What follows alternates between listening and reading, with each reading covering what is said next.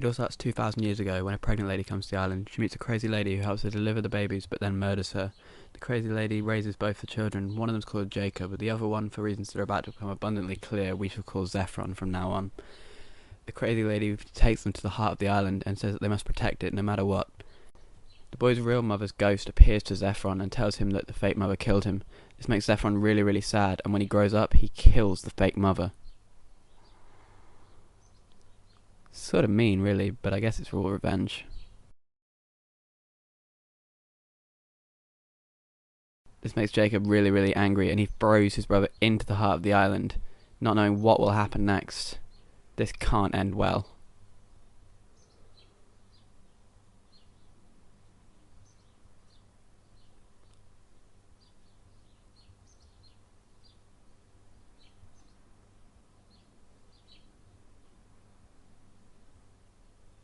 Oopsies.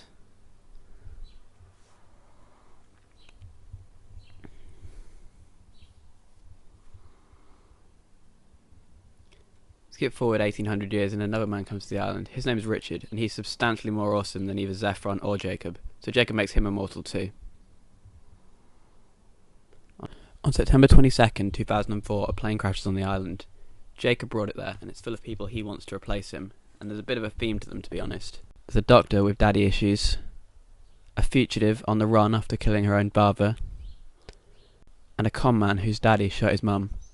Yeah, Jacob's accommodating for his own mummy issues. This island's seemingly inescapable, which is because it's constantly moving, and so the magnetism of the island screws everything up.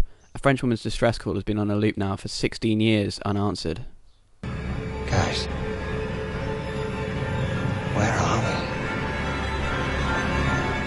John Locke's father conned his own son out of a kidney and pushed him out of a window, leaving him paralysed.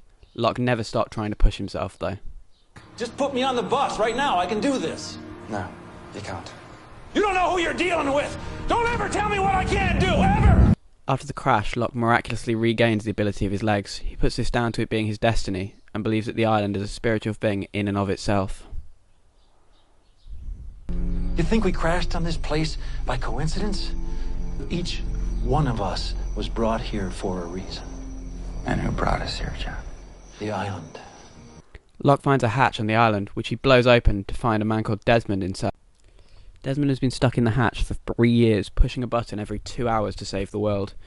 On one occasion, he fails to push the button, and the resulting system failure in the magnet brings down Oceanic 815. No! None of this is real! Nothing is gonna happen. We're gonna be okay. I've got to go, and you've got to get as far away from here as possible. Go where? Stop! I'm going to blow the dam, John.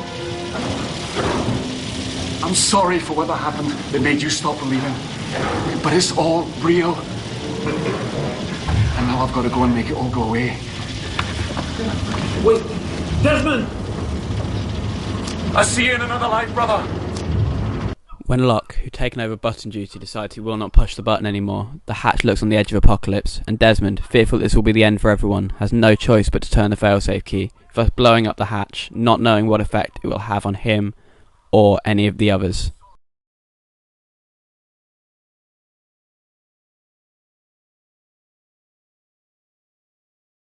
Basically, it makes Desmond the coolest guy ever.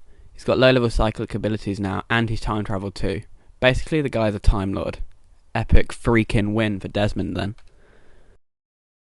Ben Linus is the leader of the others, an indigenous group on the island, who are against people coming there. He's one badass motherfucker and killed the entire Dharma Initiative and his dad. Yup, you guessed it, he has daddy issues too. Ben Jart's nemesis is Jim Robinson from Neighbours. No joke. Ben had him exiled from the island. Later, Jim Robinson's going to send a freighter full of mercenaries to the island to retrieve Ben. But it all goes wrong when Ben's own daughter gets stuck in the crossfire. She means nothing to me.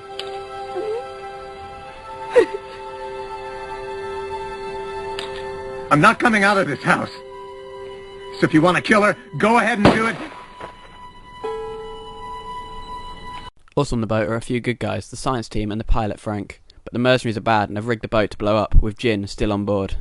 It's Jim! Turn around! We can't do it!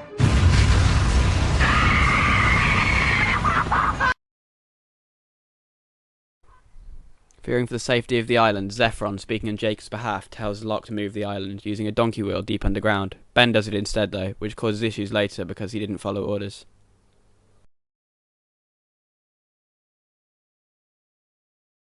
The 6 who got off the boat in the helicopter go home, lying about who they were. They are the Oceanic 6. Ben gets off the island too and makes a beeline for Charles Widmore. Back on the island, time is flashing out of control, and the team discover a hydrogen bomb was brought to the island in the 50s. Locke leaves the island to try and bring the Oceanic 6 back, but struggles to convince a single one of them. That to me. Goodbye, John. Your father says hello. What? He said his name was Christian. He died in Australia 3 years ago. I put him in the coffin. He's dead. You leave me alone. And you leave the rest of them alone. Locke has failed in his mission, but tells Ben who they need to find so that they can get back. Eloise Hawking. Eloise Hawking. You sure? Yeah, why? Do you know her? Yes, John. I know her.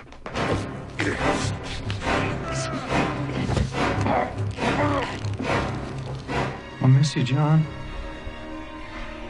I really will. Locke's death leaves everyone to a change of heart, and they decide to return after all, getting on a Ajira flight 316. This time the flight is piloted by none other than everyone's favourite wisecracker. We're not going to Guam, are we? Because time's still screwed up, the gang end up in 1977 with a crew who remained at first. Their return threatens to spoil everyone's nice happy lives in Dharmatown. But it's okay, Faraday has a plan to change everything and stop the plane from ever crashing. I'm gonna detonate a hydrogen bomb. They take the bomb to the construction site for the hatch, which just hasn't even been built yet, and after a huge gunfight they end up attempting to detonate it.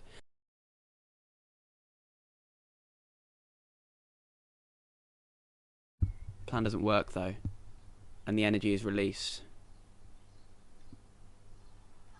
Juliet is sucked into the magnet, and her final act is trying to detonate the bomb, sending everyone back to the future.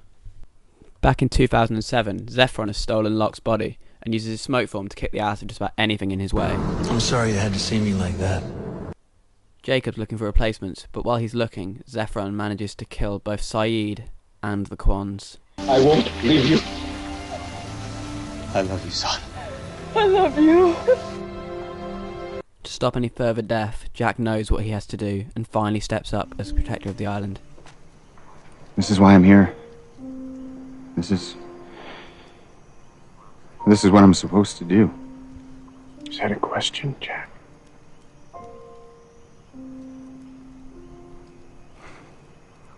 No. On the other side of the island, Zephron and Ben are looking for Desmond. Widmore brought him back to the island because Des is a failsafe in case Jacob's plan failed, but now Zephron wants to use Des to unlock his wildest dream. I'm gonna destroy the island.